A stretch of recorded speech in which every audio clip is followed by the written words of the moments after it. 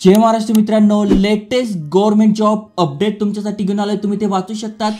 Government of India staff selection commission यांच्यातर्फे job update आलाय. ही यांची ऑफिशियल नवीन वेबसाईट आहे. इथे बघू शकता तुम्ही. यांची ही ओल्ड वेबसाईट होती, पण आता यांनी नवीन वेबसाईट क्रिएट केली आहे. जिथे बघा 26 फेब्रुवारी म्हणजे कालच अपडेट आलाय.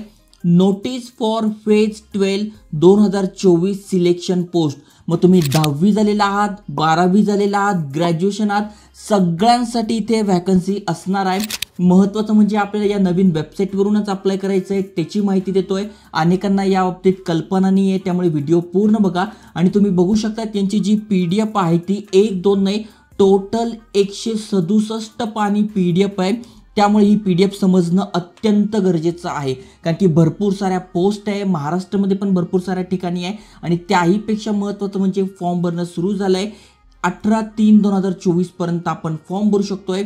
आणि जस्ट तुम्ही खाली स्क्रोल केलं पूर्ण, इथे दिसून जाईल किती टोटल 2049 जागांसाठी ही भरती असणार आहे. त्यामुळे तुम्ही ते बघू शकणार आहात. काही 10वीच्या बेसवर आहे, 12वीच्या बेसवर आहे, ग्रॅज्युएशन झाले त्या बेसवर आहे. अगदी थोडक्यामध्ये सोप्या भाषेत तुम्हाला समजून सांगतोय. एक्झाम कशी असणार आहे, सिलेक्शन प्रोसेस काय आहे, तुम्ही कुठल्या कुठल्या ठिकाणी अप्लाय करू शकताय. त्यामुळे व्हिडिओ पूर्ण बघा. चॅनलवर नवीन आला असाल, आयकॉनिक मराठी चॅनल सबस्क्राईब केलं नसेल तर करून ठेवा, कारण की तुम्ही ते बघू शकताय. नवीन job update, business idea, career guidance, महत्त्वपूर्ण व्हिडिओ आणतोय. चला तर बघूया डिटेलमध्ये.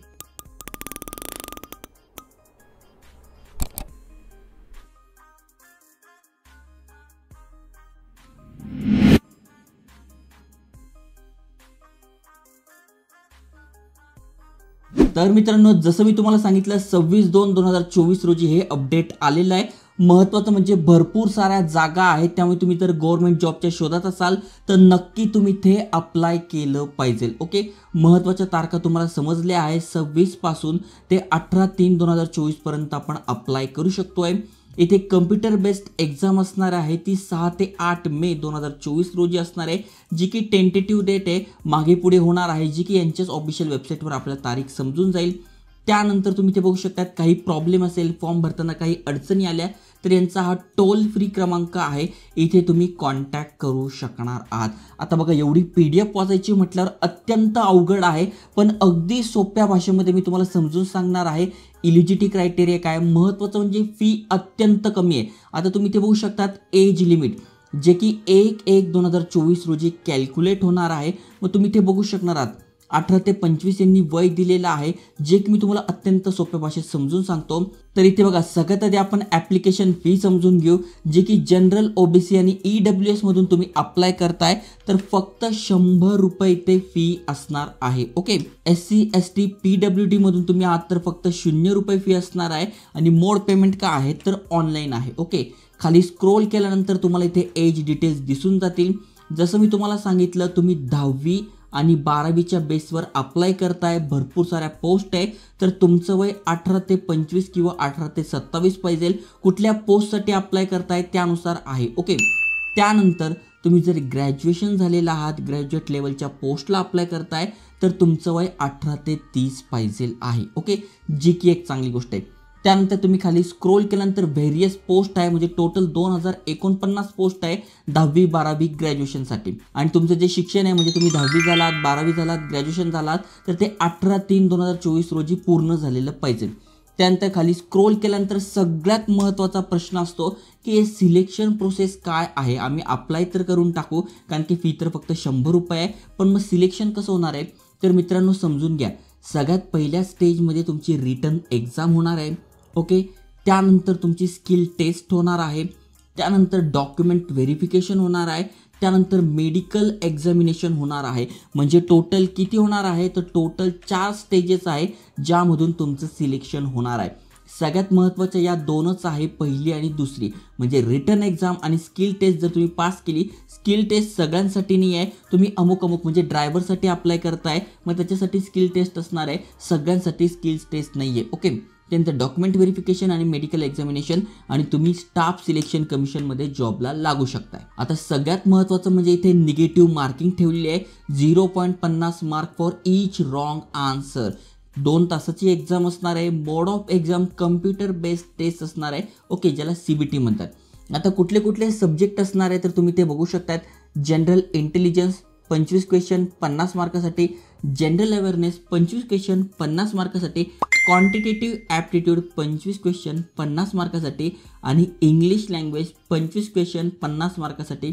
टोटल 60 मिनिटं तुम्हाला इथे मिळणार आहे. ओके, आता सगळ्यात महत्त्वाचं म्हणजे अप्लाय कसं करायचं ते पण मी तुम्हाला सांगतोय. आणि जर तुम्ही या पोस्टमध्ये आलात, सगळ्यात खाली स्क्रोल केलं तर तुम्हाला इथे बघा पोस्ट दिसून जातील.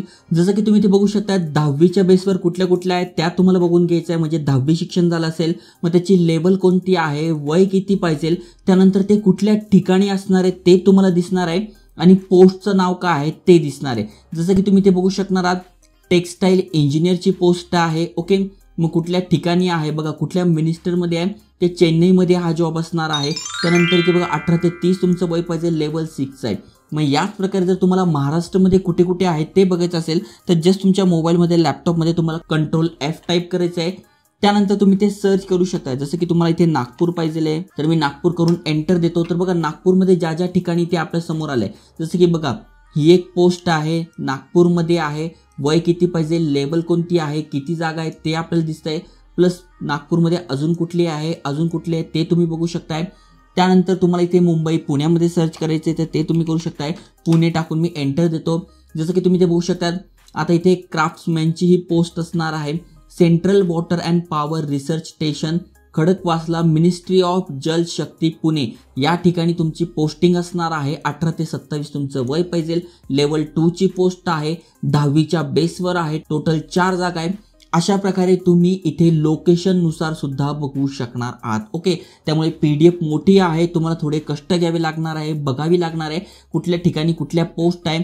मग जर तुम्हाला तुमच्या ठिकाणीच पाहिजे असेल तर त्या ठिकाणी तुम्ही अप्लाय करू शकताय.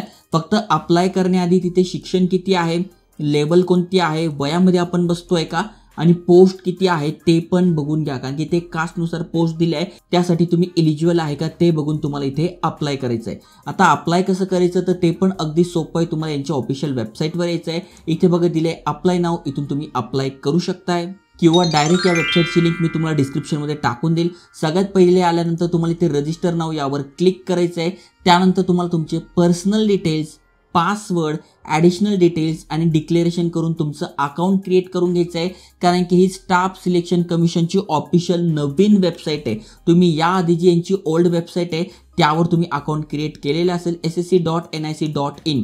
पण आता कुठली नवीन वेबसाईट आलेली आहे तर बघा नवीन वेबसाईट आहे ssc.gov.in. यांची ऑफिशियल नवीन वेबसाईट आहे. अकाउंट क्रिएट केल्यानंतर तुम्हाला लॉग इन करून घ्यायचं आहे. मग लॉग इन करण्यासाठी तुम्हाला तुमचा रजिस्टर नंबर जो की तुम्ही सेव्ह करून ठेवला आहे, त्यानंतर पासवर्ड कॅप्चा टाकून लॉग इन करून तुम्हाला फॉर्म भरून घ्यायचा आहे. तर अशा प्रकारे तुम्ही अप्लाय करू शकणार आहात.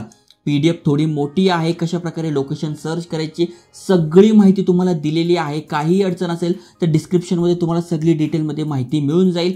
त्यामुळे नक्की फायदा घ्या आणि अशाच अपडेटसाठी चॅनल सबस्क्राईब करून ठेवा. जय हिंद, जय महाराष्ट्र.